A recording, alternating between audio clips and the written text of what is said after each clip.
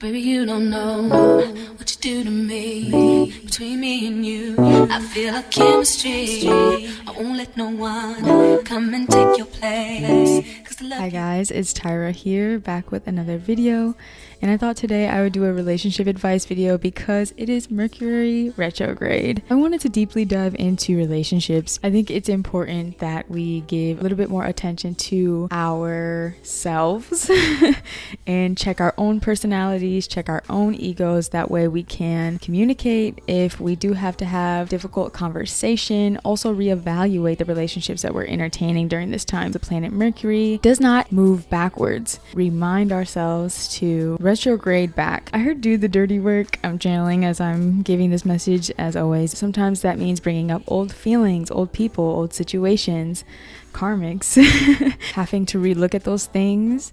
And sometimes it's really hard to separate yourself from the past, I've found. I hope this video inspires you to separate yourself. Some people will reconnect with old flames and it will be good to hash out some things. This is just what's been working for me at the time, so I will evolve. Hopefully these tips are helpful to you as well. Getting to befriend my own independence has helped me develop better interdependence. We all want to be loved.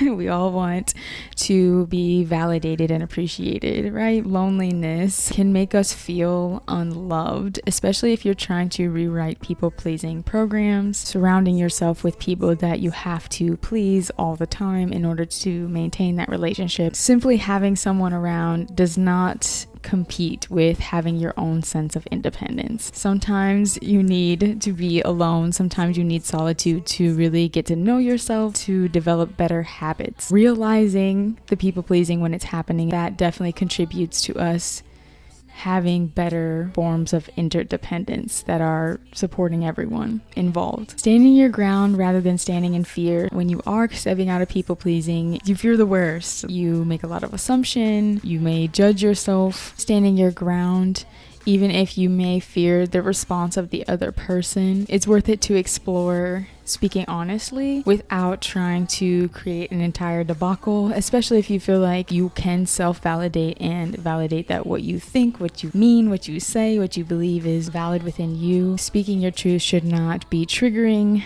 to that person if they are worth being in a relationship or friendship with. Tough conversations do not always have to end in a toxic argument. And I think the best relationships are where you have the space to evolve. I can validate within myself that I do have healing energy. I can be very empathetic. When I'm feeling really sensitive, it's really easy to take on other people's thoughts, feelings, perspectives. If you know that you are a healer, if you know you have healing energy, that you're a little unique, a little different, it's important that you self-protect and not from a place of fear. It's just reserving your energy so you can receive something reciprocal instead of always carrying the weight of other people's thoughts and feelings. Healthy interdependence. If you know yourself, if you can self-validate, if you can reach a certain level of independence, it will be really easy to not only reciprocate the energy that you wish to receive, but also receive the energy that you want to receive because you know that you're worthy of it, you know that you're a good person, things like this. Just because you have good vibes, good aura, good energy does not mean that you always need to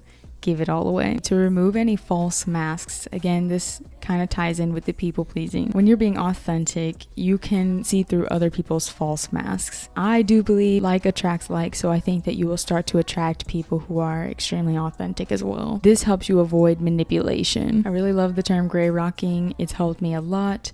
So know that when you are gray rocking, this does not mean that you're being fake by any means. This is how you preserve your energy. Do know that this is very triggering to people when you're not giving into their reality. Doesn't make it good nor bad or their expectation of you. It just means that you're being an observer of yourself and of the situation in that moment instead of reacting, moving out of your ego or out of a false mask. I think we are so used to people being on all the time. I'm definitely someone who has a lot of exuberance. Sometimes I am low energy. Allow people to fluctuate, be understanding, but also be that way towards yourself. Accepting people as they are does not equate to a lack of boundaries. When we have boundaries, we are strengthening the relationships that are worth having. Anyone that's going to get upset with you for having energetic or emotional boundaries is probably not someone you want to keep around, especially for that time being. If there's a specific way you need to be loved or cared for or spoken to, and if that person cannot reciprocate that at that time, it's okay to let that situation go. But accepting who they are with no judgment, their beliefs, what they need, their boundaries, has nothing to do with you not having your boundaries, if that makes sense. Avoidance versus love bombing, especially when it comes to pleasure and sexual encounters. We do move a lot quicker with people when we are trying to establish something solid or stable with that person. When we start using sex as a way to stabilize a connection, it results in frantic bonds that don't usually last or benefit each partner in practical ways.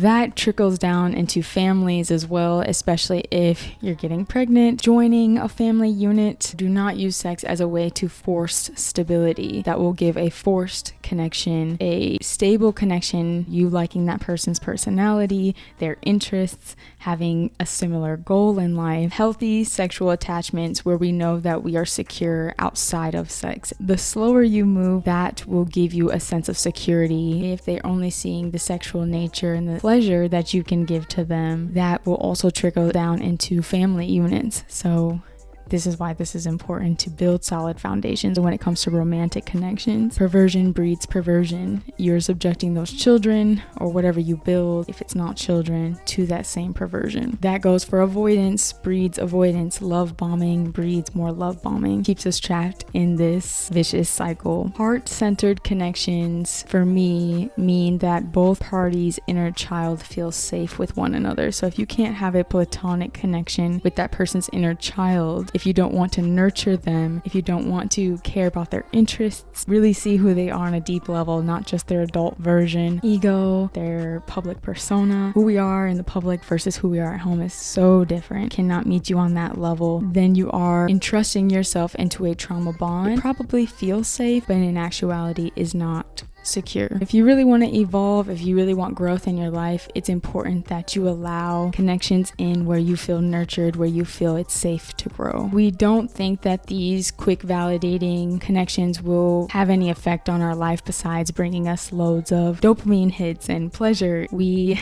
create these bonds that tie us to other people's life force and also to their family history and their family tree. So you're going to take in all of that person's energy on a spiritual level. It's like a contract you make.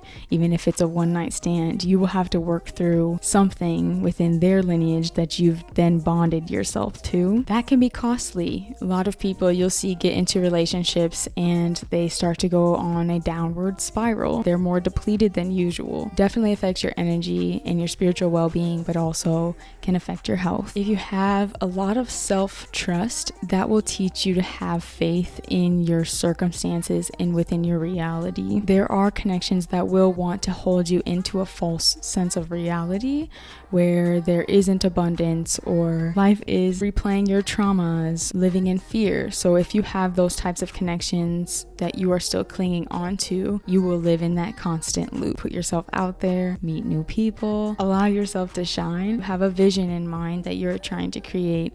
That false matrix will try to hold you down with the lack consciousness or the narcissism to keep you trapped and away from the life that you envision for yourself. So it's really important to have that higher perspective, seek out healthy bonds with people, cut ties, do some cord cutting rituals if you need to. Stay away from those exes if you feel that they are trapping you into a reality that you just are tired of, simply. Avoid making assumption as much as possible. It should be pretty obvious to you if your life is not progressing after being consistent within a connection, not really receiving the validation that you need to feel motivated for life in healthy, interdependent ways. A lot of assumption and judgment does stem from fear. If people around you are riddled with assumption and judgment, or gossip even, that definitely does affect you. Make sure you're doing your protection rituals, cleansing your aura, taking care of your body, making sure your inner core, your inner center is impenetrable. You can stay on your glow, you can stay on your shine, because this is how you're going to attract in these new connections. I definitely think that this is something that I'm working on. I still have small bits of social anxiety, but it's nothing, and I mean nothing in comparison to what I experienced when I was younger. Overcoming social anxiety obviously helps. Put yourself out there. Get to know people. It's okay to not be liked by everyone. I've found that I go into long periods of isolation just to come out and meet a whole bunch of new people and repeat that pattern. And each time I meet new people, it's definitely a reflection of where I am. So allow for that growth. Yeah, you'll never know your potential until you let go and try something new. As always, say your affirmations, make sure you're journaling, take care of yourself in the best way that you can. You are your greatest investment. I truly believe this. Manifest and align with your best future, your best friends, your best partnerships, relationships. I hope you enjoyed this video. I'll see you guys in another video.